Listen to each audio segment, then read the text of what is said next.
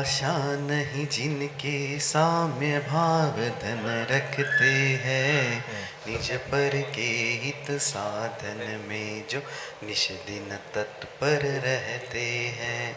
स्वार्थ त्याग की कठिन तपस्या बिना खेद जो करते हैं, ऐसे ज्ञानी साधु जगत के दुख समूह को हरते हैं। बोलो पंच परमेष्ठी भगवान की जय। 1008 श्री आदिनाथ भगवान की जय। अंतिम तीर्थेश भगवान महावीर स्वामी की जय। आचार्य भगवान गुरुवर श्री विशुद्ध सागर जी महाराज की जय। सम्यक समाधान प्रदाता मुनिषि सुप्रभ सागर जी महाराज जी की जय। मुनिषि सौम्य सागर जी प्रणत सागर जी महाराज जी की जय। जय जन बंधु, हम सब यहाँ उपस्थित हुए हैं लोकप्रिय कार्यक्रम सम्यक समाधान के लिए।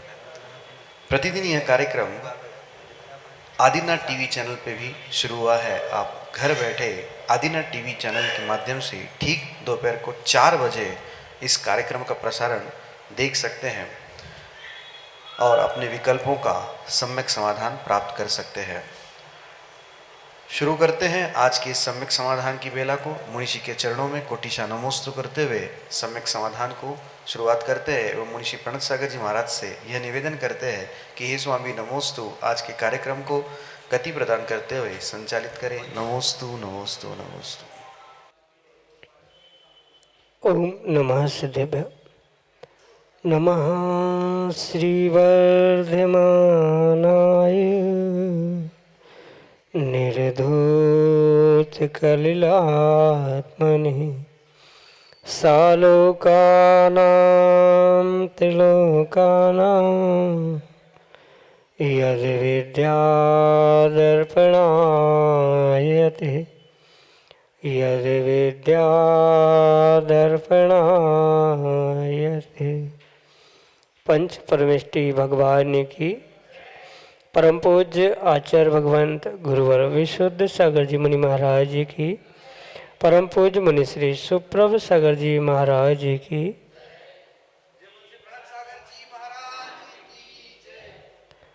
एक विकल्प जो हमारे लिए अनंत संसार का कारण बन रहा था, वही विकल्प हमारे लिए अनंत सुख का साधन भी बन सकता है। आवश्यकता थोड़े से पुरुषार्थ करने की है और अपने विकल्प को समीचीनता प्रदान करने की, क्योंकि विकल्प यदि समीचीन है और उस समीचीन विकल्प का जब सम्यक समाधान हमें किसी निर्ग्रंथ गुरु से प्राप्त हो जाता है तो निश्चित वह हमारे कल्याण का मार्ग खोल देता है। ऐसे आत्म कल्याण की प्राप्ति का एकमात्र कार्यकारी उपाय समीचीन विकल्पों का सम्यक समाधान, जो कि हम सभी प्रतिदिन आगम के परिप्रेक्ष्य में परम पूज्य आचार्य भगवंत गुरुवर विशुद्ध सागर जी महाराज के मंगल सुभाषिष से, उन्हीं के सहयोग से परम पूज्य मुनि श्री सुप्रभ सागर जी महाराज के मुखारबिंद से प्राप्त कर रहे हैं। प्रारंभ करते हैं आज का सम्यक समाधान। शिवांगी जैन, झांसी उत्तर प्रदेश से, महाराज श्री के श्री चरणों में बारंबार नमोस्तु निवेदित करते हुए अपना विकल्प रख रहे हैं कि महाराज जी मैं संयम पथ पर जाना चाहती हूँ, पर घर वाले जाने नहीं दे रहे हैं। संयम प्राप्त करने के लिए सब कुछ करती हूँ, तो इस संयम मार्ग को कैसे प्राप्त करूँ? सम्यक समाधान के माध्यम से हमारा मार्गदर्शन करने की अनुकंपा करें। नमोस्तु महाराज जी, नमोस्तु। ओम नमः सिद्धम। परम पूज्य आचार्य भगवान गुरुवर विशुद्ध सागर जी महाराज जी की, परम पूज्य मुनि श्री सुप्रभ सागर जी महाराज जी की। संयम मार्ग पे पहुंचने के जो आपके परिणाम हैं वह वास्तव में प्रशंसनीय है, पर मात्र परिणाम करने से, भाव करने से कभी भी जीव संयम मार्ग पर या किसी भी मार्ग पर नहीं पहुंच सकता। भोजन भी करने के लिए पुरुषार्थ करना पड़ता है। जो थाली में रखा भोजन है उसे खाना पड़ता है, चबाना भी पड़ता है। बिल्कुल ऐसे ही मात्र संयम मार्ग पे निकलना है, मुझे संयम धारण करना है, मुझे मोक्ष मार्ग धारण करना है, इतना सोचने से, विचार करने से, पुनः पुनः उसे याद करने मात्र से काम नहीं होगा। तदजन्य कुछ न कुछ पुरुषार्थ अवश्य ही करना होगा। अगर किसी भी प्रकार से मात्र भावना भाई जा रही है या लक्ष्य बनाया जा रहा है तो काम नहीं होने वाला। जैसी भावना है, जैसा लक्ष्य है, वैसा पुरुषार्थ भी क्रम क्रम से करना होगा। ये परम सत्य है कि हर किसी के भाव वैराग्य से युक्त नहीं होते, हर किसी को संयम मार्ग पे जाने की भाव भी नहीं होते, और बहुत सारे जीव तो उसकी अनुमोदना भी नहीं कर सकते। जिसका पुण्य का उदय होता है वो ही सहजता से संयम मार्ग पे निकलता है और संयम मार्ग पे जाने वालों की अनुमोदना करता है। जो घर वाले होते हैं, माता पिता आदि होते हैं, कहीं न कहीं उनका मोह, उनका राग मौजूद होने के कारण से वह सहजता से किसी भी बालक को, किसी को भी घर से संयम मार्ग पर बढ़ाने के लिए इतनी आसानी से स्वीकृति नहीं प्रदान करते, जो कि आपके साथ अभी तक होता आया है। कहीं न कहीं घर वालों की जो मोह की, आपके प्रति तीव्र राग की परिणति है, उसके कारण से ही आप उस संयम के मार्ग पर आगे नहीं बढ़ पा रहे हैं। इसलिए कहीं न कहीं पहले तो आपको स्वयं को, अपने उस निर्णय को पक्का करना होगा कि हमें संयम मार्ग पे ही निकलना है। तो संयम मार्ग पे जब निकलना ही है तो कहीं किसी गुरु को भी आपको बनाना होगा, और जिस गुरु को आप अपना गुरु स्वीकारना चाहते हो, गुरु बनाना चाहते हो, जिनके पास अपने जीवन को या संयम मार्ग को प्रारंभ करना चाहते हो, सबसे पहले उनके पास पहुंचकर उनकी आज्ञा, उनका निर्देश प्राप्त करने का प्रयास करें। वो जिस प्रकार का निर्देश आपको प्रदान करे, आपको उसी प्रकार से कार्य करना होगा। अन्यथा मात्र घर में बैठे बैठे भावना भाने से कभी भी आप संयम मार्ग पर निकल नहीं सकते। पुरुषार्थ आपको स्वयं को करना पड़ेगा। किस प्रकार से पुरुषार्थ करना है, परिस्थिति को कैसे हैंडल करना है, ये सब कुछ आपको गुरु के मार्गदर्शन के अनुसार ही तय करना होगा। क्योंकि आप अपने मन से कोई भी निर्णय करें या परोक्ष रूप से किसी की सुन के कोई निर्णय करें, जरूरी नहीं है वह निर्णय सम्यक हो, आपके लिए कार्यकारी हो। परिपूर्ण रूप से जिसको आप गुरु मानते हैं, ऐसे गुरु के पास सबसे पहले पहुंचने का प्रयास करें। उसको अपनी मानसिकता, अपनी परिस्थिति सब कुछ बताने का प्रयास करें, और फिर उस समय को, मानसिकता को, परिस्थिति को, सबको समझते हुए वह गुरु महाराज जो जैसा आदेश करे, जैसी आज्ञा करे, जैसा निर्देश करे, बिल्कुल उसी प्रकार से आपको अपने उस जीवन को और संयम मार्ग को प्रारंभ करना होगा। पर यह भी पक्का है, घर में बैठे बैठे बिना पुरुषार्थ के भावना भाने से काम नहीं होगा। आपके स्वयं को अपने ही मानसिकता बनाते हुए, ठाम निर्णय करते हुए, वहां पहुंचते हुए पूर्ण रूप से पुरुषार्थ करना होगा, तभी आपकी भावना फलीभूत होगी। इसलिए आप अपने इस सम्यक निर्णय को दृढ़ करते हुए गुरु के पास पहुँचे, अपने मार्गदर्शन और निर्देश को प्राप्त करते हुए वैसा ही कार्य करें। यही आपके लिए आशीष के साथ सम्यक समाधान। सचिन जैन, विदिशा, मध्य प्रदेश से अगले समीचीन विकल्प के लिए। माश्री के चरणों में बारंबार नमोस्तु नमोस्तु नमोस्तु। महाराज श्री, मेरा प्रश्न है कि गंधोदक लेने के पहले तो जल लिया जाता है, समझ में आता है, लेकिन गंधोदक लेने के बाद जल क्यों लिया जाता है? गंधोदक एक स्वयं में ही बहुत पवित्र द्रव्य है, और स्वाभाविक बात है, पवित्र द्रव्य की पवित्रता बनाने के लिए द्रव्य यानी उस गंधोदक को स्पर्श करने के पहले हाथ धोया जाता है।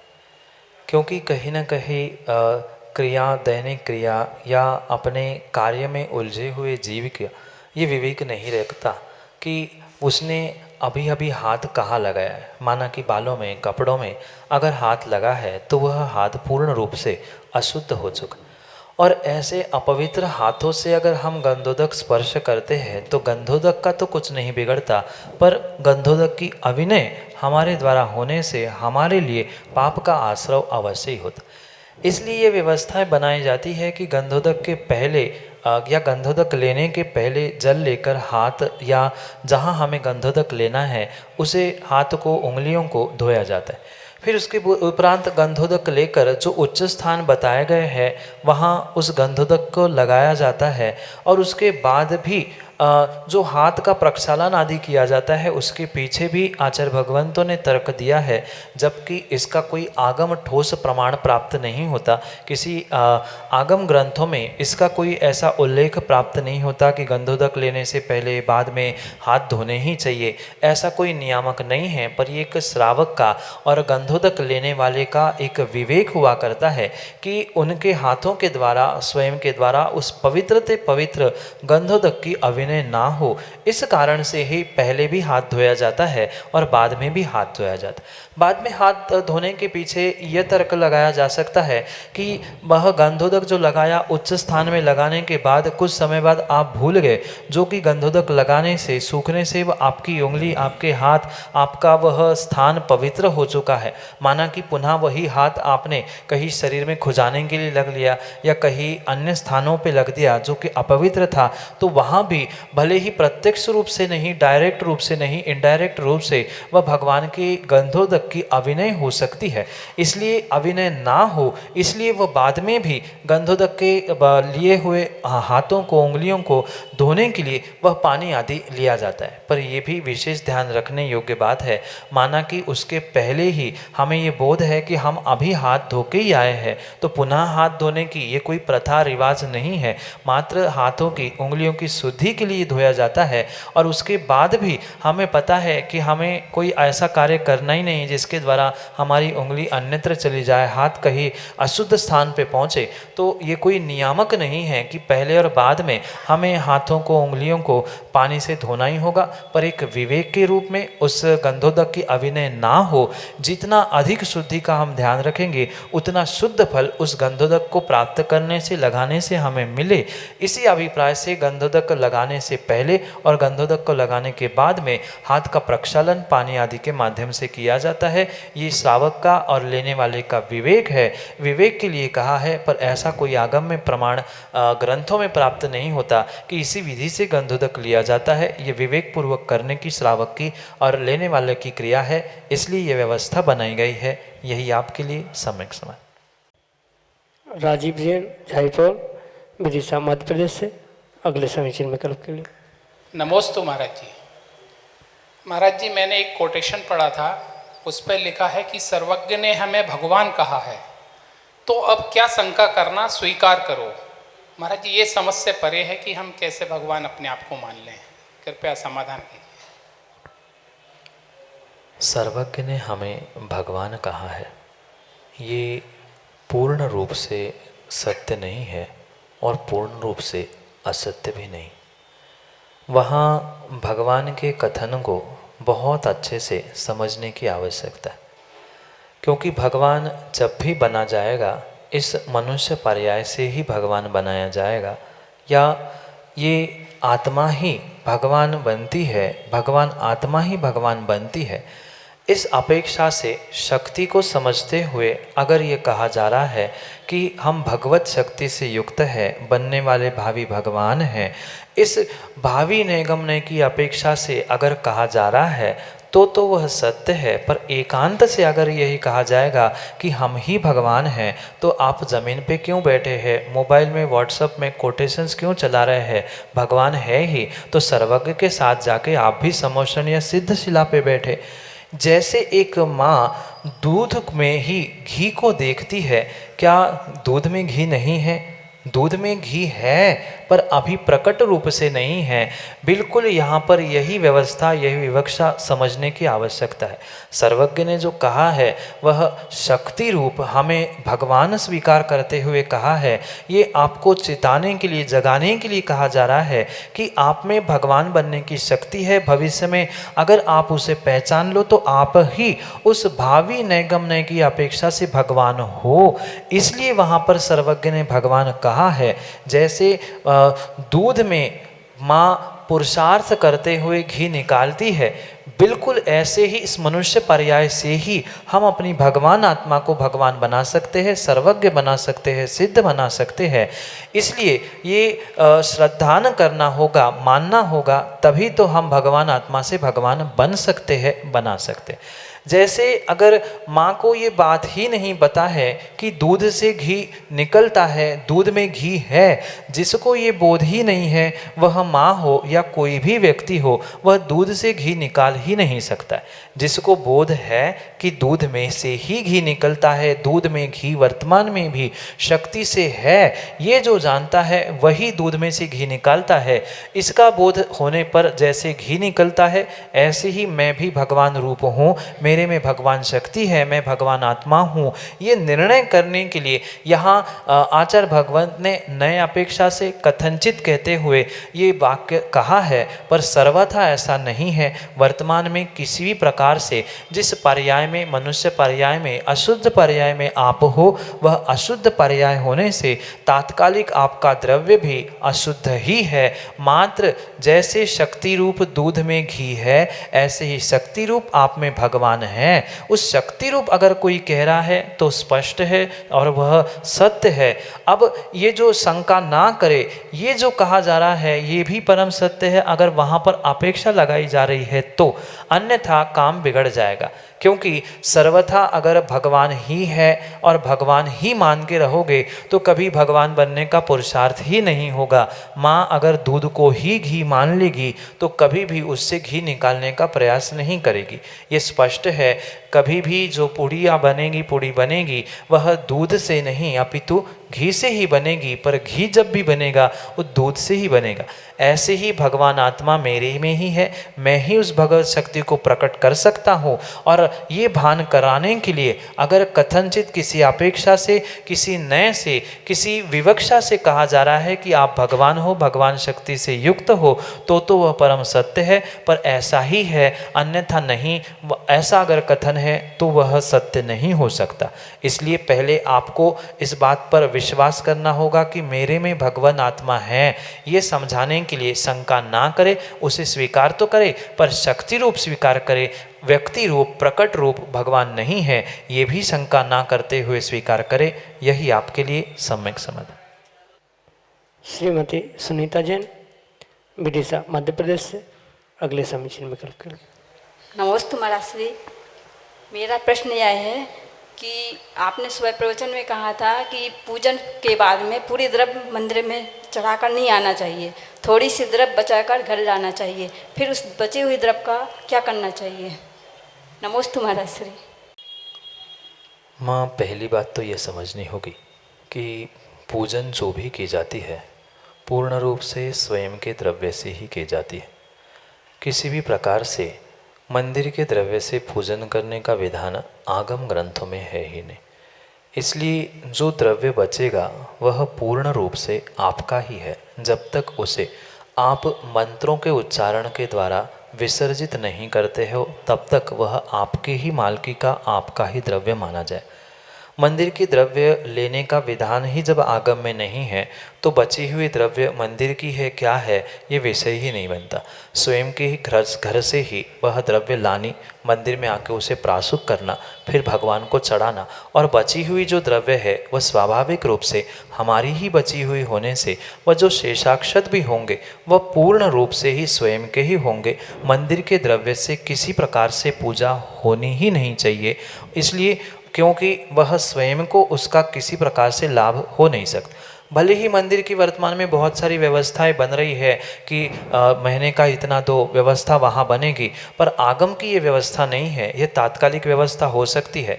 इसलिए द्रव्य अपनी ही होनी चाहिए, और फिर जो बचा द्रव्य है, शेषाक्षत है, वह भी स्वयं के है, तो हमें उस बारे में भी विकल्प करने की आवश्यकता नहीं है कि मंदिर का एक दाना हम व्यर्थ कर रहे हैं, वह मंदिर का हुआ ही नहीं है।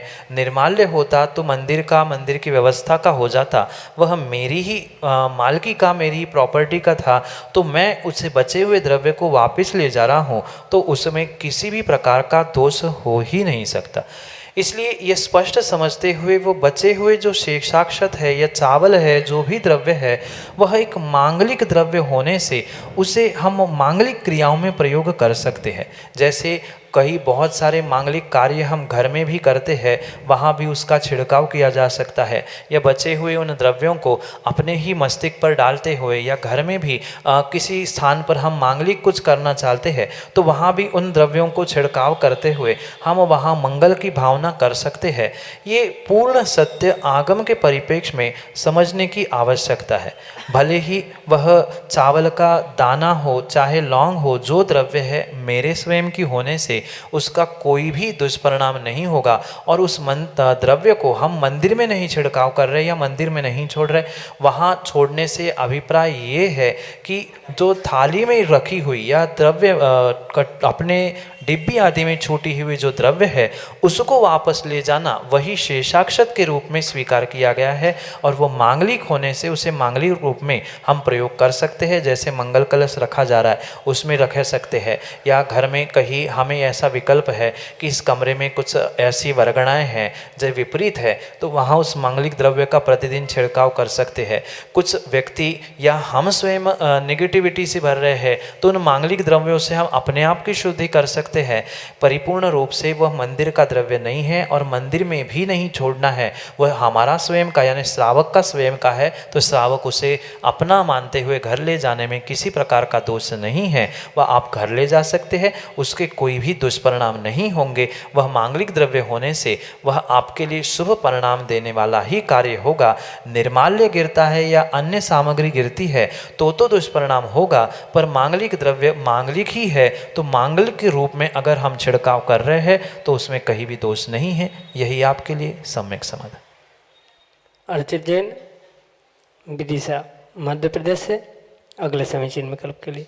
महाराज जी के चरणों में त्रिबार नमोस्तु नमोस्तु नमोस्तु। महाराज जी, मेरा प्रश्न ये है कि हम अगर स्वयं के घर से कुछ बनाकर ले जाएं, परंतु महाराज जी बाहर का लेने से मना कर दें और हमसे कहें कि चौके की कुछ सामग्री चलाई जाए, तो हमें उस चीज़ का पुण्य मिलेगा या नहीं मिलेगा? कृपया मेरे समीचीन विकल्प का सम्यक समाधान कीजिए। नमोस्तु महाराज जी। अर्चित भाई, आप चौके में जाके मुनिराज के निर्विघ्न आहार के लिए जो भी व्यवस्था कर रहे हैं उस व्यवस्था से ही आपको बहुत सारा पुण्य मिला था।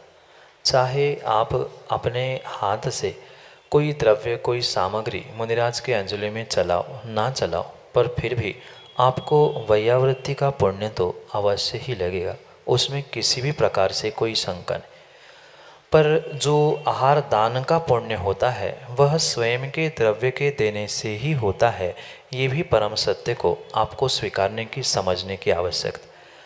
अगर किसी कारणों से आपने बनाई हुई सामग्री या आप जो सामग्री वहाँ चौके तक ले गए हो वह साधु के हो सकता है कुछ अनुकूल ना हो, वहाँ पर जब आप चला रहे हो वहाँ उस समय अनुकूल ना हो, मुनिराज का स्वास्थ्य मुनिराज की प्रकृति उस समय पे अनुकूल ना हो और आपने बनाया हुई सामग्री वह स्वीकार नहीं कर रहे हैं या माना कि उनका त्याग ही है, तो ये भी नहीं कहा जा सकता कि हम बना के लाए हैं तो आपको लेना ही पड़ेगा। साधु की जैसी अनुकूल प्रवृत्ति होगी, प्रकृति होगी, स्वास्थ्य होगा, ये सब कुछ देखते हुए ही आप अगर दान दोगे तो ही आपको पुण्य लगेगा। कभी कभार ऐसा भी होता है, कुछ जीवों का ये मान्यता जीवों का ये कहना होता है कि हमारा तो नियम है कि हम अपनी ही सामग्री देंगे, भले ही आपका नियम हो नहीं लेना हो तो भी हम ज़बरदस्ती चलाएंगे, तो वहाँ पुण्य की जगह आपको पाप का ही आश्रय होगा। क्योंकि दाता के लिए जो गुण कहे हैं उसमें सबसे पहला गुण विवेक कहा है, श्रद्धा के साथ साथ। श्रद्धा है, आप दे रहे हैं बहुत अच्छी बात है, आपका नियम है आपको अपना ही द्रव्य देना चाहिए, ये उत्कृष्ट बात है, पर सामने वाले की जिसको हम वह आहार दे रहे हैं उसकी कितनी अनुकूलता है, उसके स्वास्थ्य के अनुकूल है कि नहीं, उसका व्यक्तिगत रूप से त्याग है आदि सब कुछ समझते हुए ही हमें ये विवेक रखने की आवश्यकता है कि साधु के अगर अनुकूल नहीं है और आप बलात् जबरदस्ती उस सामग्री को दे रहे हो, माना कि उनका त्याग है, वो खाएंगे तो अंतराय होगा, गिराएंगे तो अंतराय होगा। तो ये श्रावक का पहला कर्तव्य है कि श्रद्धा के साथ उसके पास विवेक होना आवश्यक है। किस समय पे कैसा मौसम है आदि समझते हुए हमें सामग्री चलानी नहीं चलानी। माना कि सब कुछ लेने के बाद भी तात्कालिक स्थिति मुनिराज की ऐसी है कि वो उस समय पर उस सामग्री नहीं ले पा रहे हैं, किसी कारण से क्यों ना हो, पर अगर वहाँ हम यही सोचे नहीं हमें तो कहा गया, हमें तो सिखाया गया कि हमारा ही दान होता है, तो वह दान के चक्कर में हम उनके लिए प्रतिकूल निमित्त बनते हुए स्वयं के लिए भी कहीं ना कहीं पाप का आश्रय कर रहे, और उनके लिए भी हमने अगर परिणाम विकृत करने के लिए निमित्त बने हैं तो हम उनके लिए भी कर्म का आश्रय करने के लिए निमित्त बन सकते। इसलिए ये उत्कृष्ट बात है कि हम अपने द्रव्य चलाएं। अगर नहीं चल पा रहा है तो हम जो जहाँ मिले उसको देकर अनुमोदना करें। माना कि देने के लिए भी हमें ग्रास नहीं मिल रहा, कोई सामग्री नहीं भी मिल रही है, माना हमने मात्र पूर्ण सामग्री का शोधन किया, अन्य देने वालों की व्यवस्था बनाते हुए उनसे कहा कि आप चलाए, आपकी उसकी अनुमोदना की, तो कम से कम हमें शुद्ध भावों से अनुमोदना करने का तो पुण्य अवश्य ही लगेगा। माना कि हम अपनी सामग्री चलाने के कारण से संक्लेशित परिणाम कर रहे, संकल्प विकल्प कर रहे, हमें तो किसी ने चलाने ही नहीं दिया, हम तो दे ही नहीं पा रहे हैं, तुम दे रहे हो, अन्य किसी भी प्रकार का विकल्प आया है तो ना आपको दान देने का पुण्य मिल रहा है, ना आपको अनुमोदना का पुण्य मिल रहा है, ना आपको निरंतर निर्विघ्न आहार करने का वैयावृत्ति का पुण्य मिल रहा है। इसलिए जहाँ जैसी परिस्थिति है, परिस्थिति को समझते हुए ही हमें काम करना होगा, अन्यथा लकीर के फकीर बनकर काम करने से कभी भी हमें पुण्य नहीं मिल सकता। विवेक और तात्कालिक परिस्थिति को समझते हुए ही हमें उस स्थिति का, वहाँ कार्य का निर्णय करना होगा जो कि हमारे लिए पुण्य का और हित का साधन बने। ऐसा ही कार्य करते हुए हमें पुरुषार्थ करना होगा, तो ही वह आपका दिया हुआ दान या दान देने की भावना, अनुमोदना के भाव श्रेष्ठ होते हुए आपका पुण्यवर्धन हो सकता है, अन्यथा नहीं। यही आपके लिए सम्यक समाधान। जय जन बंधु, हमने अभी लाभ लिया लोकप्रिय कार्यक्रम सम्यक समाधान का। प्रतिदिन यह कार्यक्रम 5:13 पे YouTube चैनल सुप्रवाच के माध्यम से प्रसारित होता है एवं ठीक 4 बजे आदिनाथ टीवी चैनल, एक जो नया आदिनाथ टीवी चैनल लॉन्च हुआ है उसके माध्यम से यह कार्यक्रम प्रसारित होता है। हर बड़े प्लेटफॉर्म पे like Tata sky, dish TV या फिर वीडियोकॉन D2H, ये हर प्लेटफॉर्म पे आदिनाथ टीवी चैनल उपलब्ध है। आप अपने केबल ऑपरेटर से मांग कर सकते हैं और आदिनाथ टीवी चैनल के माध्यम से मुनिश्री के प्रवचन एवं सम्यक समाधान का लाभ ले सकते हैं। प्रवचन का टाइमिंग ठीक दोपहर को 2:20 पे मुनिश्री के प्रवचन आदिनाथ टीवी चैनल के माध्यम से प्रसारित होते हैं। आप प्रवचन का लाभ दोपहर में लेते हुए शाम की बेला में 4 बजे सम्यक समाधान का भी लाभ ले सकते हैं। अगर आप इस कार्यक्रम से जुड़ना चाहते हो, सम्यक समाधान में अपने विकल्पों को पहुंचाना चाहते हो, तो हमारा जो व्हाट्सएप का नंबर है नीचे पट्टी पे फ्लैश होता है, स्क्रॉल पे होता है 8707548811, यह व्हाट्सएप का नंबर है। आप इस व्हाट्सएप के नंबर पे अपने विकल्प हम तक पहुंचा सकते हैं। अगर किसी को टाइपिंग में दिक्कत है, कोई लिख नहीं पाता है व्हाट्सएप पे, तो आप कागज़ पेन लेके, अपना नाम लेके, अपना विकल्प लेके, अपने शहर का नाम लिख के उसका फ़ोटो खींच के आप व्हाट्सएप के द्वारा हम तक पहुंचाएं। उस विकल्प को सम्मिलित करते हुए उस विकल्प का सम्यक समाधान हम सभी लोग मुनिश्री के मुखारविंद से सुनेंगे। प्रतिदिन शाम को 7:40 पे जिनवाणी टीवी के माध्यम से मुनिश्री के प्रवचन प्रसारित होते हैं और जल्द ही एक अद्भुत ग्रंथ जो इस 4 कल्याणक भूमि विदिशा से शुरुआत हुई थी, ऐसे ग्रंथ का जो प्रवचन है, उस टीकात्मक प्रवचन का विशेष प्रसारण शाम को 7:40 पे जिनवाणी टीवी के माध्यम से होगा। आप सभी लोग घर बैठे मुनिश्री के वाणी का लाभ लेते हुए उस ग्रंथ का स्वाध्याय भी कर सकते हैं। सम्यक.समाधान@gmail.com हमारी जीमेल की आईडी है। आप जीमेल के माध्यम से भी अपने विकल्प हम तक पहुंचा सकते हैं और विकल्प का सम्यक समाधान मुनिश्री के मुखारविंद से हम सभी लोग प्राप्त कर सकते हैं। आज के लिए इतना ही। ऐसे ही नाविन्यपूर्ण विकल्पों के साथ हम आप तक जुड़ते रहेंगे। तब तक मुनिश्री के चरणों में कोटिशा नमोस्तु करते आज के इस कार्यक्रम को यहीं पे विराम देते हैं। नमोस्तु नमोस्तु नमोस्तु।